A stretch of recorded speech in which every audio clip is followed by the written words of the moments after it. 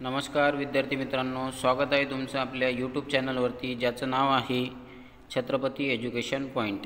आपण आगामी परीक्षा म्हणजेच महाराष्ट्र लोकसेवा आयोग गट ब व गट क साठी मित्रांनो अर्थशास्त्रावरील सराव प्रश्न पाहणार आहोत। चला तर मग सुरू करूया। अग्रणी बँक योजना 1969 मध्ये बँक व्यावसायिक समितीने जाहीर केली। बँक व्यावसायिक समितीचे अध्यक्ष कोण होते? तर या समितीचे अध्यक्ष होते मित्रांनो FKF नरीमन। ठीक आहे मित्रांनो, अग्रणी बँक योजना ही कशासाठी आणण्यात आली होती मित्रांनो? तर बँकांवर क्षेत्रीय दृष्टिकोन लागू करणे। म्हणजे काय, जे छोटे छोटे सेक्टर आहेत इकॉनॉमीमधले, ठीक आहे, जे अर्थव्यवस्थेसाठी महत्त्वाचे असतात, जसे लघु उद्योग, सूक्ष्म उद्योग, कृषी, अर्थव्यवस्थेसाठी अत्यंत महत्त्वाचे असतात। मात्र मित्रांनो बँका त्यांना कर्ज उपलब्ध करून देत नाहीत। ठीक आहे, त्यातील एक भाग म्हणजे अग्रणी बँक योजना। ठीक आहे, त्यांच्यावर फोकस ठेवण्यात आला। एवढे पर्सेंटपर्यंत 40% भारतीय व्यापारी बँकांना सांगण्यात आलं की तुम्ही कर्ज 40% केवळ अग्रणी बँक योजनेमार्फत अग्रक्रम क्षेत्राला द्या, म्हणजे जे छोटे छोटे क्षेत्र आहेत। ठीक आहे, यासाठी सरकारने 1969 मध्ये बँक व्यावसायिक समिती नेमली FKF नरीमन यांच्या अध्यक्षतेखाली। ठीक आहे, क्षेत्रीय दृष्टिकोनासाठी मित्रांनो याआधीसुद्धा धनंजयराव गाडगीळ ही समिती नेमण्यात आली होती, मात्र अग्रणी बँक योजना FKF नरीमन यांनी सांगितलेली आहे। चला पुढील प्रश्न पाहू। दुसरा प्रश्न, एप्रिल 1980 मध्ये अशा 6 बँकांचे राष्ट्रीयकरण करण्यात आले ज्यांच्या ठेवी डॅश डॅशपेक्षा जास्त होत्या। मित्रांनो योग्य उत्तर आहे 200 कोटीपेक्षा जास्त ठेवी असणाऱ्या 6 बँकांचे राष्ट्रीयकरण एप्रिल 1980 मध्ये करण्यात आले। मित्रांनो भारतात सर्वप्रथम राष्ट्रीयकरण 1969 मध्ये झाले। 19 जुलै 1969 मध्ये एकूण 14 बँकांचे राष्ट्रीयकरण झाले। आता राष्ट्रीयकरण म्हणजे काय? ठीक आहे, तर एखादी संस्था जे की खाजगी असो, ठीक आहे, खाजगी हे सरकारने विकत घेणे म्हणजे राष्ट्रीयकरण। ठीक आहे, सरकारच्या मालकीची होणे। ठीक आहे, सार्वजनिक आणि राष्ट्रीयकरण यात फरक आहे मित्रांनो। 51% जास्त सरकारची भागीदारी म्हणजे सार्वजनिक, आणि राष्ट्रीयकरण म्हणजे डायरेक्ट विकत घेणे। ठीक आहे, सरकारने 14 बँकांचं राष्ट्रीयकरण 1969 मध्ये झालं, आणि त्याच्यामध्ये त्या बँकांच्या ठेवी 50 कोटी होत्या, आणि एप्रिल 1980 मध्ये 6 बँकांचं राष्ट्रीयकरण करण्यात आलं, त्याच्या ठेवी 200 कोटी रुपये होत्या मित्रांनो, लक्षात ठेवा। पुढील प्रश्न पाहू। भारतातील जिल्हा नियोजनाबाबत काय खरे नाही? त्यात 73व्या घटनादुरुस्तीनुसार घटनात्मक संस्था आहेत। चुकीचं आहे मित्रांनो, जिल्ह्याच्या बाबतीत घटनादुरुस्ती आहे मित्रांनो 74वी। जिल्हा नियोजनाबाबत 74वी घटनादुरुस्ती आहे, 73वी नाही, त्याच्यामुळे हे चुकीचं आहे। काय खरे नाही हेच विचारलं आपल्याला, म्हणजे हे पाहिजे आपल्याला। त्या संबंधित घटनेत अनुच्छेद 243 ZD आहे, हे अगदी बरोबर आहे मित्रांनो। ठीक आहे, सर्व जिल्हा समित्यांचे अध्यक्ष मुख्यमंत्री असतात, हे चुकीचं आहे मित्रांनो। प्रत्येक जिल्हा समितीचे अध्यक्ष हे पालकमंत्री असतात त्या जिल्ह्याचे। ठीक आहे, आणि सचिव जिल्हाधिकारी असतात, म्हणजे अ आणि क हे चुकीचे आहेत, म्हणून आपलं योग्य उत्तर होईल अ आणि क चूक। पुढील प्रश्न पाहू। मित्रांनो, वर्णनावरून कोणती पंचवार्षिक योजना आहे ते ओळखा। युद्ध व दुष्काळामुळे सर्वाधिक अपयशी ठरली। मित्रांनो युद्ध कधी झालं? 1962 मध्ये चीन युद्ध झालं, 1965 मध्ये पाकिस्तान युद्ध झालं। योजनेचे प्रतिमान महालनोबिस होते। योजनेचा मुख्य भर कृषी व मूलभूत उद्योगावर होता। मित्रांनो पहिली पंचवार्षिक योजना भारतामध्ये 1951 पासून 56 पर्यंत लागू करण्यात आली, ज्याचं प्रतिमान हेरॉल्ड डोमर होतं, म्हणजे नक्कीच महालनोबिस तर नव्हतं। आणि दुसरी पंचवार्षिक योजना याचा भर पहिल्या पंचवार्षिक योजनेचा कृषी क्षेत्रावर होता, दुसऱ्या पंचवार्षिक योजनेचा उद्योग क्षेत्रावर होता, आणि तिसऱ्या पंचवार्षिक योजनेचा कृषी व मूलभूत उद्योगावर होता। तर याच्यापैकी योग्य उत्तर आहे मित्रांनो तिसरी पंचवार्षिक योजना। ठीक आहे, पुढील प्रश्न पाहू. दुसऱ्या पंचवार्षिक योजनेत सुरू झालेले प्रकल्प व त्यांना मिळालेले सहाय्य यांच्या जोड्या लावा. भिलाई पोलाद प्रकल्प जो की छत्तीसगडमध्ये आहे, रशियाने मदत केली होती. रूरकेला पोलाद प्रकल्प जो की ओडिशा राज्यात आहे, जर्मनीने मदत केली होती. आणि दुर्गापूर पोलाद प्रकल्प ज्याला ब्रिटनने मदत केली होती आणि हा पश्चिम बंगाल राज्यात आहे. म्हणजे अला 2, बला 1 आणि 3, 1 2 1 3 म्हणजे ऑप्शन नंबर 2. पुढील प्रश्न पाहू. खालीलपैकी चुकीचे विधान ओळखा. चुकीचे म्हणत आहे मित्रांनो, नियोजन आयोग हा कायदेशीर आयोग नाही. बरोबर आहे मित्रांनो. 15 मार्च 1950 रोजी नियोजन आयोगाची स्थापना झाली. ठीक आहे, प्लॅनिंग कमिशन ऑफ इंडियाची.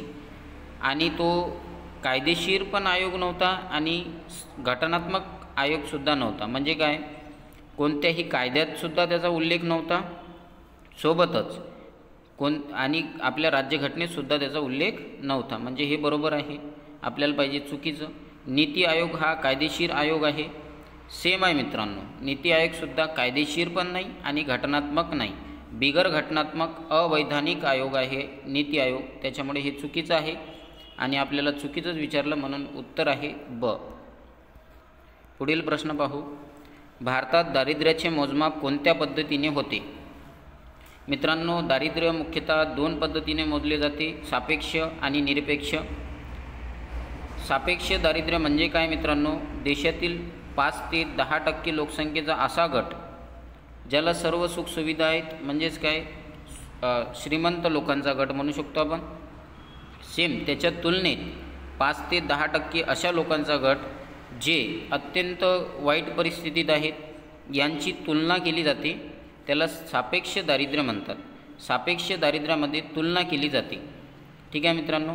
सापेक्ष दारिद्र्य कधीही संपू शकत नाही. मित्रांनो, आपण 5 ते 10% अमीर लोक घेतले आणि 5 ते 10% श्रीमंत लोक घेतले आणि आपण काय केलं, या गरिबांना श्रीमंतासारखं सेम टू सेम बनवू शकत नाही मित्रांनो. म्हणजे सापेक्ष दारिद्र्य निर्मूलन होऊ शकत नाही आणि भारतामध्ये असं दारिद्र्य मोजल्या जात नाही. भारतात निरपेक्ष दारिद्र्य मोजल्या जाते. आता निरपेक्ष दारिद्र्य म्हणजे काय, मानवाच्या ज्या मूलभूत गरजा आहेत, अन्न, वस्त्र, निवारा, शिक्षण, आरोग्य, ह्या गरजा किमान ह्या तरी गरजा म्हणजे आपल्या सरकारने पुरविणे म्हणजे निरपेक्ष दारिद्र्य होय. पुढील प्रश्न पाहू.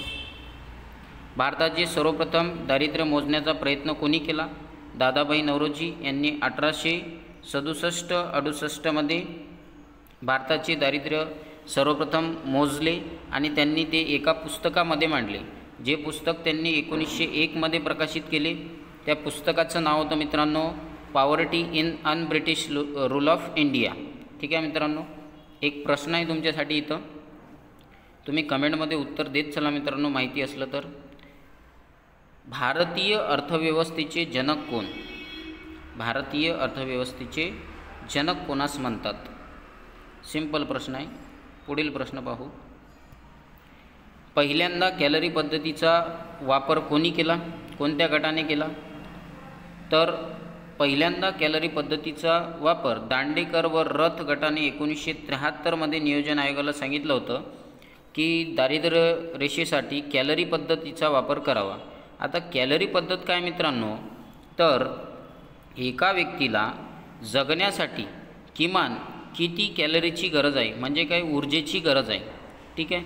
आणि त्यांनी ठरवलं होतं की ग्रामीण भागामध्ये 2400 कॅलरी तर शहरी भागामध्ये 2100 कॅलरी. कॅलरी म्हणजे काय मित्रांनो, आपल्या शरीरातील ऊर्जा, आणि ऊर्जा मिळवण्यासाठी आपल्याला जेवण करावं लागेल, अन्न ग्रहण करावं लागेल. तर ते अन्न ग्रहण करण्यासाठी लागणारा पैसा हा मोजला जात होता आणि हे सर्वप्रथम कोणी सांगितलं तर दांडेकर व रथ गटाने. पुढील प्रश्न पाहू. दारिद्र्य रेषे संबंधित विधाने ओळखा व अचूक विधानांचा गट निवडा. दारिद्र्य रेषा या संकल्पनेत शिक्षण व आरोग्यावर भर तेंडुलकर गटाने दिला. मित्रांनो, तेंडुलकर समिती 2004-05 ठीक आहे, ही अशी समिती होती मित्रांनो ज्या गटाने दारिद्र्याची एक वेगळीच संकल्पना मांडली. त्यांचं म्हणणं होतं की तुम्ही दारिद्र्य केवळ अन्न, वस्त्र, निवारा एवढंच मर्यादित न ठेवता तुम्ही शिक्षण आणि आरोग्यावर भर दिला पाहिजे. म्हणजे काय मित्रांनो, आता योग्य शिक्षण आणि योग्य आरोग्याच्या सोयी भेटल्या तर तो व्यक्ती दारिद्र्य राहणारच नाही मित्रांनो, तो स्वतःसाठी कमाईचं माध्यम स्वतः बनवेल मित्रांनो, असं म्हणणं होतं तेंडुलकर गटाचं. म्हणजे हे बरोबर आहे. तेंडुलकर गटाने कॅलरी पद्धतीचा निकष सोडून द्यावा अशी शिफारस केली. बरोबर आहे मित्रांनो. तेंडुलकर गटाचे परीक्षण करण्यासाठी रंगराजन पॅनल स्थापन करण्यात आले. हेही बरोबर आहे मित्रांनो, लक्षात ठेवजा. रंगराजन पॅनल 2012. म्हणजे काय, वरीलपैकी सर्व बरोबर आहेत. पुढील प्रश्न पाहू. आपल्या क्षमतेचा वापर करून जेवढे व्यक्ती एखादे काम करू शकतात तरीही त्याच कामात जास्त व्यक्ती गुंतवणे म्हणजे कोणती बेरोजगारी होय. म्हणजेच काय मित्रांनो, एखादं शेती आहे मित्रांनो, ते 4 व्यक्ती चांगल्या प्रकारे पिकवू शकतात, तर त्याच शेतीत 6 व्यक्ती गुंतवणे म्हणजे 2 व्यक्ती एक्स्ट्राचे आले. ठीक आहे, 2 व्यक्ती एक्स्ट्राचे गेले. आता मित्रांनो, 4ही व्यक्तींनी काम केलं तरीही शेतीत तेवढंच उत्पन्न होणार आहे आणि 6ही व्यक्तींनी काम केलं तरी तेवढंच उत्पन्न होणार आहे. उत्पन्नात तर काही फरक पडणार नाही आहे. म्हणून यांची सीमांत उत्पादकता ही 0 असणार आहे 2 जणांची. म्हणजे हे अप्रत्यक्षरित्या किंवा असं म्हणू शकतो आपण प्रच्छन्नरित्या, अदृश्यरित्या छुपे बेरोजगार आहेत ते. ठीक आहे, म्हणून योग्य उत्तर आहे प्रच्छन्न बेरोजगारी किंवा छुपी बेरोजगारी. पुढील प्रश्न. मंदीच्या चक्रात उद्भवणारी बेरोजगारी म्हणजे कोणती बेरोजगारी? तर चक्रीय बेरोजगारी. कोणती बेरोजगारी? चक्रीय. मित्रांनो, अर्थव्यवस्थेचं चक्र सुरू असते एका प्रकारचं. काय होते मित्रांनो, बाजारात पैसा आला की म्हणजे मागणी वाढली की पुरवठा वाढवावा लागतो. आता पुरवठा वाढवावा लागतो कंपन्यांना, म्हणजे याचा अर्थ कंपन्यांना जास्त लोकांना रोजगार द्यावा लागतो. त्याच्यातून रोजगार निर्मिती होते आणि त्याच्यातून मग वस्तूची मागणी वगैरे वाढते. आणि हे जर उलटं झालं तर मंदीची परिस्थिती उद्भवते. म्हणून मंदीच्या परिस्थितीत चक्रीय बेरोजगारी उद्भवते. पुढील प्रश्न. खालीलपैकी कोणते विधान चुकीचे आहे? चुकीचे आहे. वाचन योग्य पाहिजे मित्रांनो. थोडं जरी आपलं वाचनात चुकी झाली तर आपण चुकू शकतो. अनुसूचित बँका म्हणजे अशा बँका ज्यांचा समावेश RBI कायदा 1934च्या 3ऱ्या अनुसूचित होतो. तर चुकीचं आहे मित्रांनो. अनुसूचित बँका म्हणजे अशा बँका ज्यांचा समावेश RBI कायदा 1934च्या 2ऱ्या अनुसूचित होतो. 2ऱ्या, ना की 3ऱ्या. गैर अनुसूचित बँका म्हणजे अशा बँका ज्यांचा समावेश RBI कायदा 1934च्या 2ऱ्या अनुसूचित होतो. तर चुकीचं आहे मित्रांनो. हे 2ऱ्या अनुसूचित होत नाही, त्यांना गैर अनुसूचित बँका, आणि होतो त्यांना अनुसूचित बँका. आणि चुकीचेच विचारले होते आपल्याला, तर दोन्ही चुकीचेच आहेत. दोन्ही चूक. पुढील प्रश्न 14वा. खालीलपैकी चुकीचे नसलेले विधान ओळखा. चुकीचे नसलेले, चुकीचे नाही म्हणजे बरोबर. बरोबर कोणते आहे? अनुसूचित बँकांना CRR स्वतःकडे ठेवावा लागतो. तर चुकीचं आहे मित्रांनो. CRR म्हणजे काय? Cash reserve ratio. ठीक आहे, हा अनुसूचित बँकांना RBI कडे ठेवावा लागतो. गैर अनुसूचित बँकांना SLRचे बंधन नाही. तर हे बरोबर आहे, SLRचे बंधन नाही गैर अनुसूचित बँकांना. गैर अनुसूचित बँकांना CRR RBI कडे ठेवावा लागतो. तर हे चुकीचं आहे. म्हणजे CRR RBI कडे ठेवावा लागतो, हे चुकीचं आहे मित्रांनो. गैर अनुसूचित बँकांना स्वतःकडे ठेवावा लागतो. तर अनुसूचित बँकांना RBI कडे ठेवावा लागतो आणि गैर अनुसूचित बँकांना स्वतःकडे ठेवावा लागतो. इथं उलटं दिलेलं आहे. अनुसूचित बँकांना SLRचे बंधन नाही. SLRचे बंधन आहे मित्रांनो अनुसूचित बँकांना. म्हणजे आपलं योग्य उत्तर आहे. बरोबर पाहिजे होतं. बरोबर एकच आहे, ब. पुढील प्रश्न आणि शेवटचा प्रश्न आहे मित्रांनो. बरोबर विधान ओळखा. लाभदायी मालमत्ता म्हणजे प्रमाणित मालमत्ता व संदिग्ध मालमत्ता. निम्न प्रमाणित मालमत्ता. ठीक आहे. 1.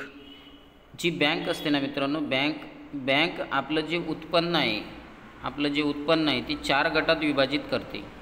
पहिलं प्रमाणित मालमत्ता. प्रमाणित मालमत्ता म्हणजे अशी मालमत्ता जी बँकेला खात्री आहे की परत येते. आता परत येते म्हणजे काय? बँक कोणते कार्य करते मित्रांनो? एक तर ठेवी स्वीकारते, म्हणजे काय लोकांकडला पैसा स्वीकारते आणि त्यातूनच कर्जे देते. आता कर्जे देते, काही कर्जे लोक डुबवतात, ठीक आहे, बुडवतात ते कर्ज, बरोबर. आणि जे कर्ज परत येतात ते म्हणजे प्रमाणित. 2 निम्न प्रमाणित म्हणजे थोडासा संशय आलेला आहे बँकेला की हा व्यक्ती भरणार की नाही, त्याला निम्न प्रमाणित म्हणतात. पहिली कोणती? प्रमाणित. दुसरी निम्न प्रमाणित, ठीक आहे, 4 गटात आहे ना. त्यानंतर संदिग्ध आणि शेवटचा आहे बुडीत मालमत्ता. बुडीत म्हणजे काय? बुडालेली आहे, ती भरणारच नाही व्यक्ती, तो जागेवरच नाही आहे, ठीक आहे. तर यापैकी प्रमाणित मालमत्ता म्हणजे काय मित्रांनो? बँकेचा पी ए म्हणजे परफॉर्मिंग ॲसेट, बँकेचा शुद्ध नफा म्हणजे काय? प्रमाणित मालमत्ता. आणि बाकी सर्व खालच्या उरलेल्या म्हणजे एन पी ए म्हणजे काय? बँकेचा लॉस मित्रांनो, साध्या भाषेत. तर आता इथं काय म्हटलेलं आहे? लाभदायी मालमत्ता म्हणजे निम्न प्रमाणित मालमत्ता व संदिग्ध मालमत्ता. लाभदायी मालमत्ता नाही आहेत मित्रांनो, हे लाभदायी केवळ कोणती आहे? प्रमाणित मालमत्ता. अलाभदायी मालमत्ता म्हणजे प्रमाणित मालमत्ता, हे तर चुकीचं आहे मित्रांनो. प्रमाणित मालमत्ता तर लाभदायी आहे. बँका आपली कर्जाची जोखीम 3 प्रकारात विभाजित करतात, तर आत्ताच सांगितलं 4 प्रकारात, म्हणजे वरीलपैकी सर्व चूक आहेत. अशा प्रकारे आपण अर्थशास्त्राचे सरावाचे 15 प्रश्न पाहिलेले आहेत मित्रांनो. पुढे सुद्धा असेच सुरू राहतील सिरीज अर्थशास्त्राची. व्हिडिओ आवडला तर लाईक करा, आपल्या मित्रापर्यंत पोहोचवा मित्रांनो, ठीक आहे. धन्यवाद मित्रांनो.